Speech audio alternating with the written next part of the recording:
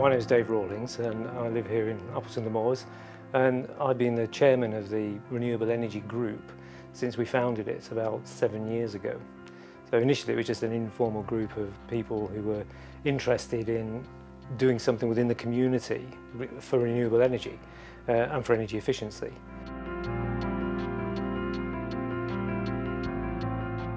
The first thing we did was we commissioned an initial feasibility study for a wind turbine. But there probably wasn't that much enthusiasm within the group for doing it for various reasons, one of which was that, in fact, most of our energy consumption is in space heating. In this village there's no gas, we all burn oil. So the biggest opportunity for saving carbon seemed to be to attack that. So that's where the district heating idea came in.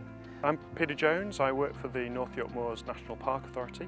We've had a project running in the park for the last 4 or 5 years, working with local communities. So the community here in Appleton-le-Moors and Spaunton had looked at a number of different options over time. The first was a feasibility study looking at wind turbines. That was eventually discounted because of a lack of local support for it. The second was a community biomass scheme. Now that was looking at a district heating type mechanism. That was eventually sidelined due to the overall capital costs of the installation and the cost of energy then to the end user.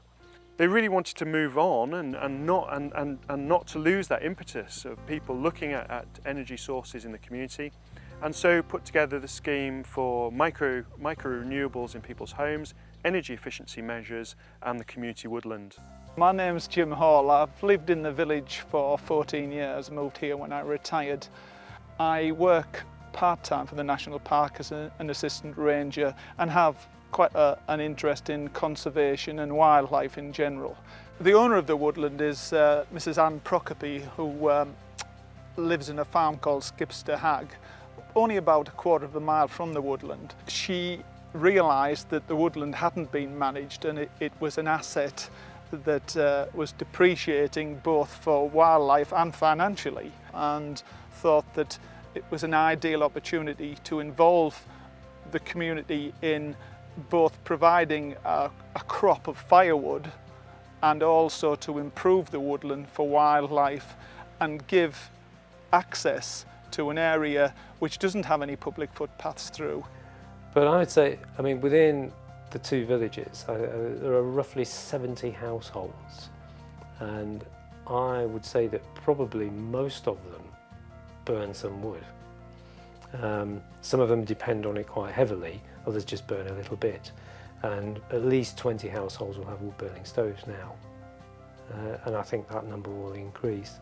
So there is a ready market, if you like. It's not going to be difficult to sell the firewood as long as the price is right. I mean, to give an idea of how much carbon dioxide we'd be saving, then at the moment most people in the village burn oil.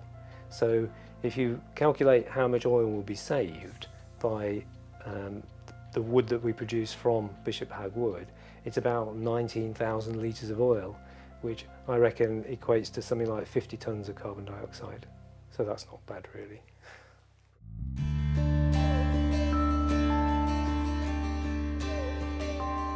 My name's Will Richardson. I'm a project director at a not-for-profit organisation called Your Woods, and we specialise in advising on forest management and setting up biomass supply chains. The key benefit that if they didn't have the the knowledge of forest management and the processes involved, so for example, you need to know things about the legislation around cutting trees down. You need a felling licence to fell trees, and that is applied for through the Forestry Commission. That felling licence is key to sustainability. Basically, you cut a tree down, you've got to replant it on the basic level, and the Forestry Commission give you permission to do that. We also provide a lot of expertise on the actual wood fuel production as well. Things like drying and seasoning of the timber, how long is it going to take? You cut a tree down, it's 50–55% moisture content, and it's no good for burning at that. You need to dry it down to 25% before it's good for burning in a small domestic appliance. The Forestry Commission need to know you've got a management plan. The management plan, in fact, is half of the business plan. Without a management plan, it would be very difficult also to apply for a grant if you couldn't show that it's been researched. I suppose our services were to put an initial assessment of the timber resource available to the community. So how much wood does the community need to heat their properties on an annual basis, and can the local woodland provide that timber on a sustainable basis? And from an initial assessment we found that it could do that at the current level of demand. Obviously if that demand increased they'd need to bring more timber in. The next stage was then to do a proper management plan on the woodland, and as part of that process we had to consult quite widely. Obviously the woodland owner, the Forestry Commission who were key to this, the local planning officers at the National Park as well. It was quite a lengthy process to get this management plan approved and agreed. What the community now have is a plan that will allow them to manage the woodland for the next 10-15 years on a sustainable basis, at which they can take timber out to meet their fuel requirements for the local community.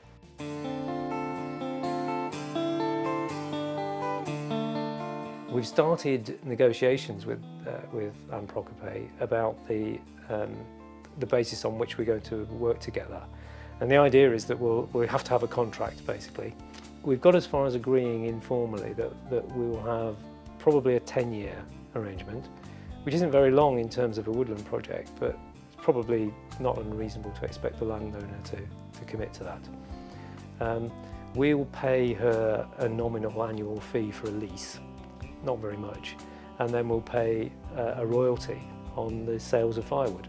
We'd already set up a community interest company when we were doing the wind turbine project, because we thought if that was going to go ahead we needed a vehicle. It had to be a legal entity, and we always felt that it needed to be a limited company to protect us from personal liability.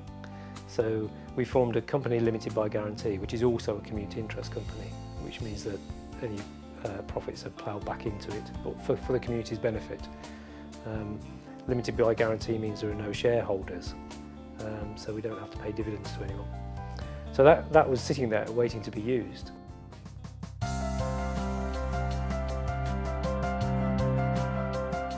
think there was an understanding from the outset that this wasn't going to be easy, but that there were ways of utilising energy locally, and there were ways of reducing energy consumption locally.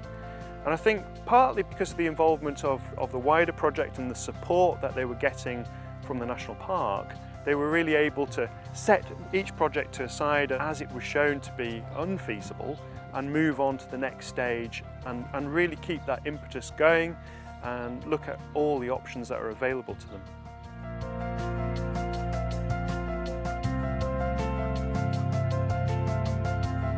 One of the key things I would say is to be focused, is to make a decision as to what you're going to do and do it.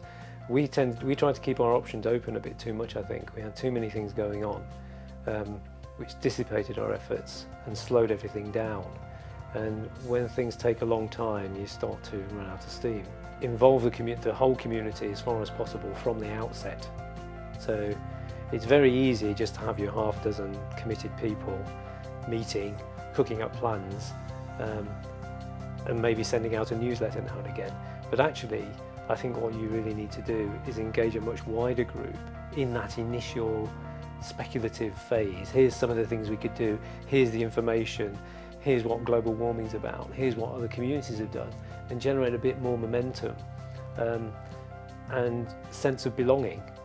I think the big advantage about this project is that there are a number of villages within the National Park of approximately the same size, and what we are doing could be replicated, I feel, throughout the park by any of the communities who have an enlightened landowner and a wood that is fairly nearby. It's not beyond anybody's capability as long as there are 2 or 3 committed people in the community.